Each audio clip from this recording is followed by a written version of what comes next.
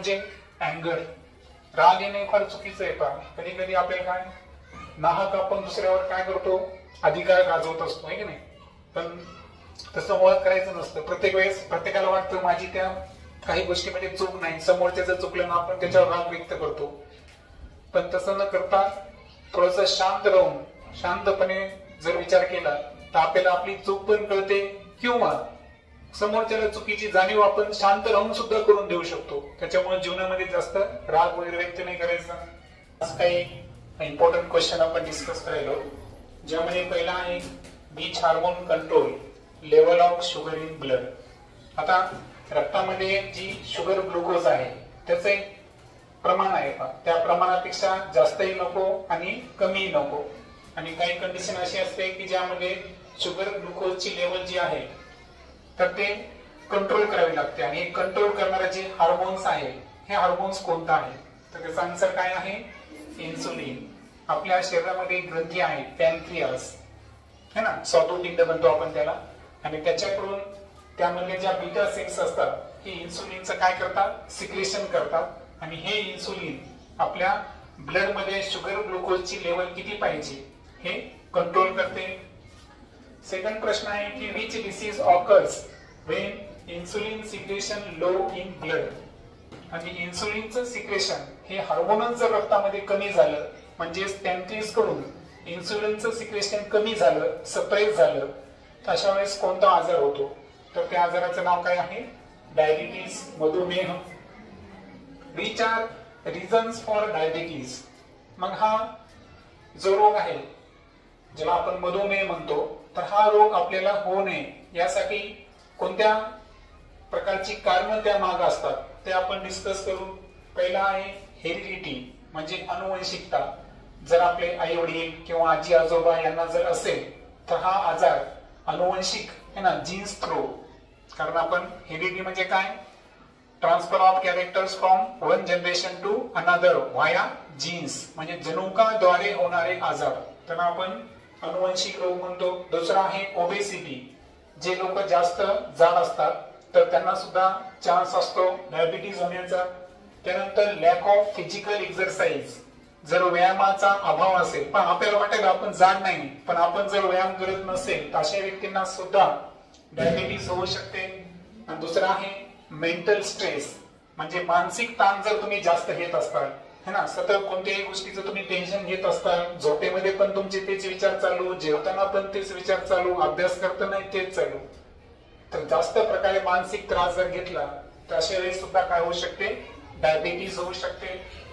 त्यानंतर आहे in which condition efficiency of heart decreases, म्हणजे अशी कोणती स्थिती आहे की ज्या वेळेस आपल्या हृदयाची जी कार्यक्षमता आहे इफिशियन्सी ही कमी होते. कारण हृदयाची इफिशियन्सी कमी होणे म्हणजे काय आहे, हार्ट डिसीज. त्याला कार्डियक अरेस्ट म्हणतात, हार्ट अटॅक है ना, ऐकलं असेल ना तुम्ही. बऱ्याच जणांची जी डेथ आहे ही हार्ट अटॅक मध्ये होत असते. तर हार्ट अटॅक आलं म्हणजे डायरेक्ट डेथ होते अशी नाही बरं, त्याच्यामध्ये पण मेजर अटॅक आल्या तरच होते. अदरवाईज त्या ठिकाणी ट्रीटमेंट जर वेळेवर मिळालं, ट्रीटमेंटवर महत्वाचे फर्स्ट एड आपण म्हणतो प्रथमोपचार, तर प्रथमोपचाराच्या साहाय्याने आपण एखाद्याचे प्राण सुद्धा वाचवू शकतो. ते कसं वाचवायचं त्याचा आपण डेमो पाहणारच आहोत. पण सध्या लक्षात घेऊ आपण की अशी कोणती कारणं आहे की ज्याच्यामुळे हार्ट जे आहे तर याची इफिशियन्सी कमी होऊ शकते. आता मला सांगा, हार्टचं काम काय आहे, रक्ताभिसरण करणे, म्हणजे ब्लड सर्क्युलेशन.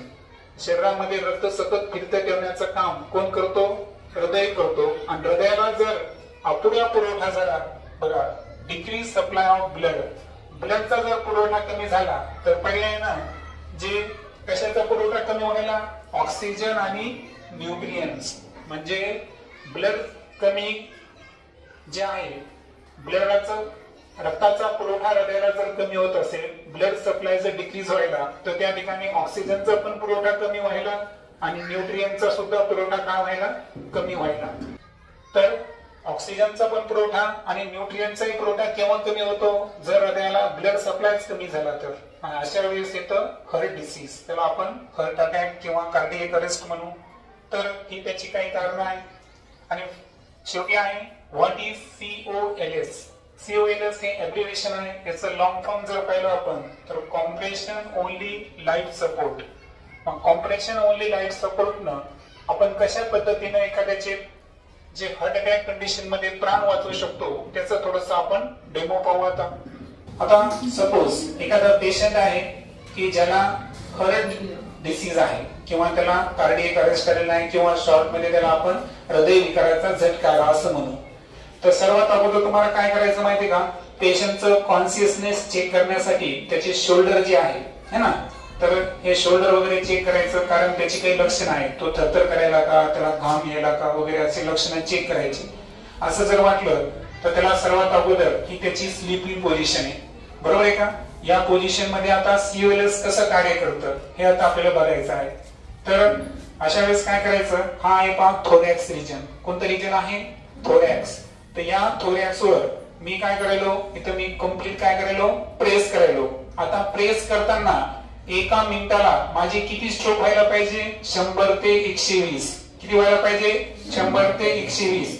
पण मला 1 मिनिटापर्यंत करायचं आहे का, नाही. असे स्ट्रोक मला किती द्यायचे, फक्त 30 वेळेस. किती द्यायचे, 30 वेळेस. पहा जसं की मोजा, 1 2 3 4 5 6 7 8 9 10. बोला 11 12 13 14 15 16 17 18 19 20 21 22 23 24 25 26 27 28 29 30.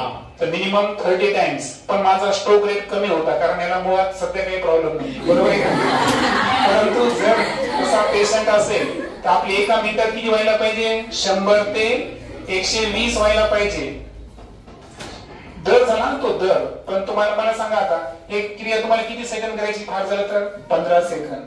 15 सेकंदात तुमचे किती स्ट्रोक व्हायला पाहिजे, 30 स्ट्रोक जर झाले तर त्या व्यक्तीचा जो ऑक्सिजनचा, न्यूट्रिएंटचा किंवा ब्लडचा जो अपुरा पुरवठा व्हायला आणि ज्याच्यामुळे त्याला हार्ट डिसीज झालेला आहे, हा प्रॉब्लेम या ठिकाणी तुम्ही त्याला काय करू शकता, फर्स्ट एड म्हणजे प्रथमोपचार करू शकता.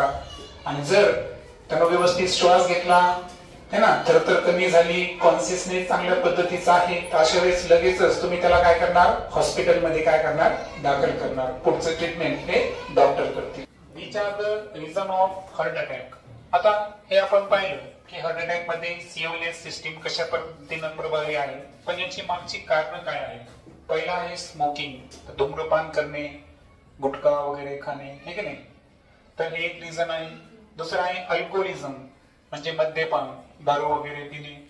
त्यानंतर डायबिटीस, हे आताच पाहिलं आपण, ज्याच्यामध्ये इन्सुलिनचं सिक्रेशन आहे पॅनक्रियास कडून डिक्रीज होतं. त्यानंतर हायपर टेन्शन, खूप जास्त ताण जर घेतला है ना, आपण फिजिकली फिट पाहिजे आणि मेंटली इमोशनली सुद्धा फिट पाहिजे.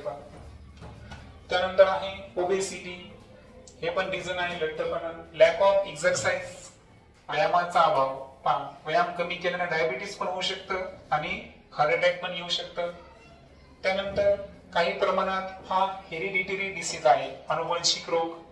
त्यानंतर आहे मेंटल स्ट्रेस, मानसिक ताण घेणे कोणत्याही गोष्टीला, है की नाही. एखादी घटना घडून जाते ना, आपण फार त्याच्यावर विचारात करत बसतो. कसं जास्त मानसिक ताण घ्यायचा नाही. पहिली गोष्ट चूक होऊ द्यायची नाही. चूक झाली तर काय असेल ते पश्चाताप करायचा, समोरच्याला सॉरी म्हणायचं आणि विषय संपवून टाकायचा, पण जास्त असं ताण नाही घ्यायचं. दुसरं म्हणजे अँगर, राग येणे फार चुकीचं आहे. कधी कधी आपल्याला काय नाहक आपण दुसऱ्यावर काय करतो, अधिकार गाजवत असतो, है की नाही. पण तसं मुळात करायचं नसतं. प्रत्येक वेळेस प्रत्येकाला वाटतं माझी त्या काही गोष्टीमध्ये चूक नाही, समोरच्याचं चुकलं ना आपण त्याच्यावर राग व्यक्त करतो. पण तसं न करता थोडंसं शांत राहून शांतपणे जर विचार केला तर आपल्याला आपली चूक पण कळते किंवा समोरच्याला चुकीची जाणीव आपण शांत राहून सुद्धा करून देऊ शकतो. त्याच्यामुळे जीवनामध्ये जास्त राग वगैरे व्यक्त नाही करायचा. त्यानंतर आहे अँझायटी आणि सर्वात महत्वाचं चिंता. चिंता ही चितेवर नेते हे की नाही. त्याच्यामुळे कोणत्याही गोष्टीचं अकारण चिंता करायची नाही, कारण चिंतेमुळे माणूस डिप्रेशन मध्ये पण जाऊ शकतो आणि त्याला हार्ट अटॅक सुद्धा येऊ शकतं. त्यानंतर आहे which treatment use for the heart disease. मग आता हे आपण हृदयासंदर्भात जे विविध आजार आहेत, हार्ट अटॅक असेल, कार्डियक अरेस्ट किंवा कधी कधी सौम्य किंवा तीव्र झटका येणे, तर अशा वेळेस ते होऊ नये म्हणून किंवा ते झालं तर त्यानंतर आपण उपचार काय काय आपल्याकडे. पहिला आहे एंजिओप्लास्टी. ठीक आहे. तर यामध्ये तुमच्या ज्या आर्टरीज असतात हृदया संदर्भात, तर त्या जर नॅरो झाल्या असतील तर त्याचं थोडस काय केलं जाते त्या ठिकाणी, त्याचा साईज इन्क्रीज केला जातो. त्यानंतर आहे बायपास सर्जरी. हर्ट जे आहे ते रिमूव्ह करून त्याच्यावर सर्जरी केली जाते. ओपन हर्ट सर्जरी म्हणजे हर्ट जे आहे त्याच लोकेशनला असताना त्याच्यावर शस्त्रक्रिया करायची. त्यानंतर आहे हर्ट ट्रान्सप्लांट म्हणजे हृदयरोपण. हे ना, एखाद्याचं जे डोनर असतो ज्याची नेमकीच डेथ झाली असेल ना, तर काही काळ त्याचं हर्ट हे फंक्शनल असतं. तर सुटेबल अप्रोप्रिएट जर असेल तर अशा वेळेस त्याचं प्रत्यारोपण करता येतं. इन्स्टॉलेशन ऑफ स्टेंट्स आणि काही स्टेंट असतात पहा, ज्याच्यामुळं जे ब्लडचा अपुरा पुरवठा आहे तो सुरळीत होऊ शकतो. जसं की आपलं रिस्ट आहे, रिस्ट मध्ये स्टेंट जे आहे ना हे एक विशिष्ट पद्धतीने इन्सर्ट केला जातो. त्यानंतर आहे इन्स्टॉलेशन ऑफ पेसमेकर. आणि पेसमेकर जे आहेत हे हृदयाचं जे काम आहे ते कमी करतात. एक नाही, हृदयाचे जे एक फंक्शन असतात हे ना, जसं आपल्याला माहिती आहे हृदयाची सातत्यानं काय होत असते, ठोके पडत असतात. 72 ठोके माहिती आहे आपल्याला, की नाही, लब आणि डब असे साऊंड क्रिएट करतात. तर त्या संदर्भात एक म्हणजे आपल्याला फार जास्त डीप मध्ये नाही जायचंय, फक्त लक्षात घ्या नाव तुमच्या आजही जर लक्षात आले, उद्याच्याला तुम्ही जेव्हा हायर स्टडी करणार तेव्हा याचं तुम्हाला अनालिसिस होणारच आहे. तर पेस मेकर इन्स्टॉल करणं हे सुद्धा त्याचं पद्धत आहे. शेवटचा प्रश्न आहे की अँब्युलन्सचा टोल फ्री क्रमांक कोणता आहे, की तुमच्या मोबाईल मध्ये रिचार्ज जरी नसेल, फक्त रेंज जर असेल तर अशा वेळेस तुम्ही कॉल करू शकता. इव्हन एखाद्याचा मोबाईल आहे तो बंद जरी असेल ना तर इमर्जन्सी कॉल लागतो पा. समजा त्या मोबाईलचा पासवर्ड नसेल तर इमर्जन्सी कॉल लागतो. तो इमर्जन्सी कॉल कोणता असेल, 108. तर एखाद्याला हर्ट डिसीज वगैरे काही अडचण असेल है ना, हर्ट डिसीज झालेला आहे किंवा त्याला तुर्त ट्रीटमेंटची आवश्यकता आहे, अपघात झालेला आहे, तर अशा वेळेस अँब्युलन्स साठी 108 हा नंबर तुम्ही डायल करायचा. ओके.